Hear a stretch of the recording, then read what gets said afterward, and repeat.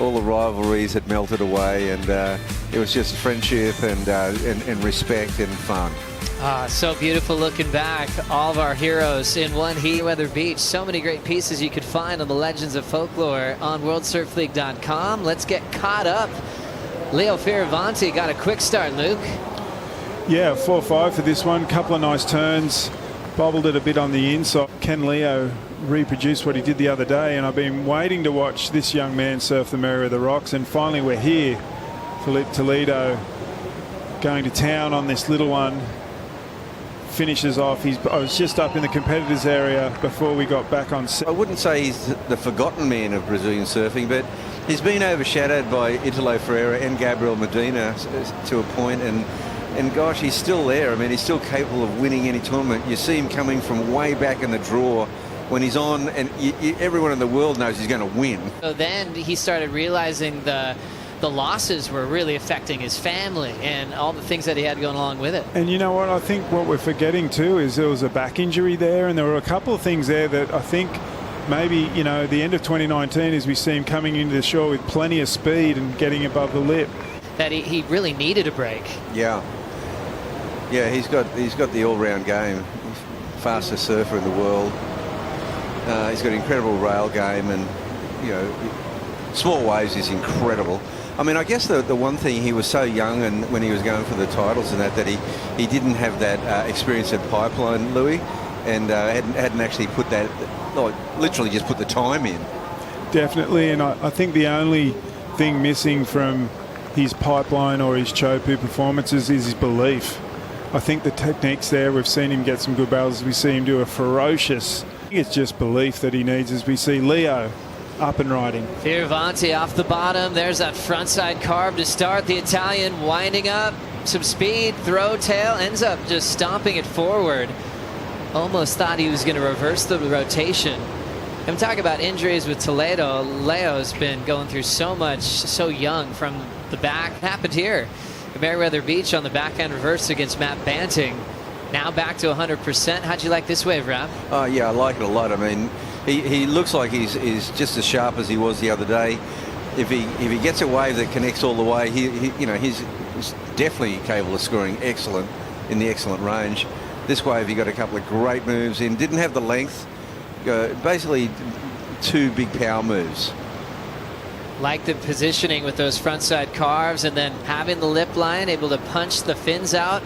This just shows how talented he is. He doesn't need to keep the rotation going. He could stomp it, stay right over his board in the impact zone. Yeah, I like the way there. I think he wanted to do a pretty high air reverse, but he just didn't get that transition of that pop, bring the tail around, and just went with it. Toledo in motion. This is where he got his big reputation, going fast above the lip. Tail high reverse is what we were waiting for from Toledo. Reminds you of so many groundbreaking performances on tour. Oftentimes gets a perfect 10 and peaks at the right time. Luke, what'd you think here? Yeah, nice start on this wave. Throws the tail a little bit, gets steep, and I love the way that he doesn't need to race down the line. Look how it's one bottom turn to a massive air. I love that from Filipe Toledo. He's just, look at that, one turn, bang, and so much pop. Inverts it and sends the fins straight to the beach and brings it round. I just really enjoy when surfers just do it and just stand there and come out of a turn and do one bottom turn and get that projection. To me, that's as technical as it gets. He's going like 150 miles an hour. And I was going to ask you, Luke, about that wave because, first of all, we'll watch Toledo on this wave and really put in the ice on this one. But that wave, Luke, I mean, every time Leo went for a major move, there was an incredible pocket there for him. It just seemed like it came down the point, it wrapped more. I mean, what was the characteristic about that particular wave that made it so special? What did it look like from the water? It looked so good. That wave that Filipe paddled into, you could see it had a really nice wide bowl coming at him, and which made for the perfect ramp for him to do that amazing air. So now Leo Fioravanti finishing Dimity right on the sand, just icing that beautiful wave where he had huge carves. So we're waiting for that score. And then this is what Leo just did, Rabbit. Well, he needs to do something really special, and this is a great ride because he's comboed right now. This is amazing. Wow. I mean, this heat is just, so different to the last heat. There's just so many. We're only halfway through this one. The last heat took 22 minutes before it really blew up with that great exchange. That's and true, Leo here gets him. He's really trying desperately. He needs to get about a 6.5 to get even back in the heat, Louis. Yeah, I love to see. He went to grab the rail there and it kind of slid up and down his arm, but he still kept his composure and landed backwards, let it spin around. It is so hard in there to do what Leo just did then and survive. And you look how low he is there to make sure that he rides out of it, standing up just to make sure the judges give him the completion. And yeah, Leo is on point, but yeah, Filipe Toledo is going to be hard to beat today. He got a 6.43. Now he needs, well, only a 9.8, Louis. What a great moment in the heat. We've got a battle. Leo Fioravanti not giving up in this fight. Chasing a decent number, though. Almost perfection in a 9.8. Upside down. Fins relatively close to that face. And he is going to have to still fight for more. Filipe now starting to roll in. First move, tail whip reverse, and he's out of there. Even one major move. He is firing at all cylinders. A win here for Toledo in these 4 events in Australia.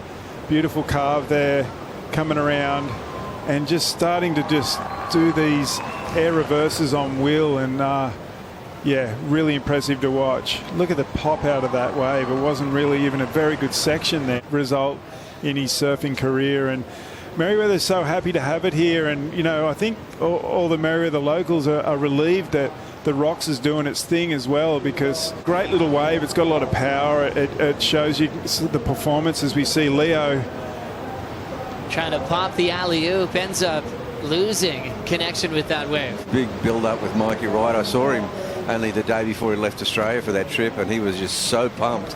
And it was just all on the line, and it was a winner-take-all.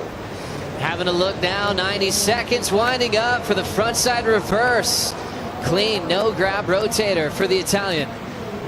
Looking for something more. Remember, needs a 9.8 here. He'll throw a nice foam climb, and the crowd will throw their hands together for this performance. Almost perfection is going to be tough to achieve.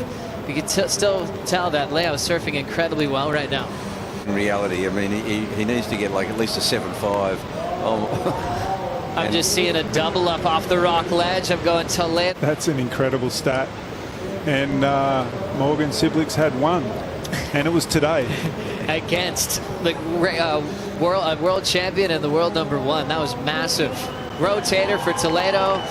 He's just enjoying the moment, being back in the jersey here at Newcastle. Even though the forecast has been really inconsistent and hard to really pinpoint what it's going to do, it's because there's so many systems in the Pacific Ocean, and to me that's exciting because it means it's active. Things can change and you know, pretty quick. And I think that yeah, I think we've got some good waves coming, and it's going to be a great rest of the event.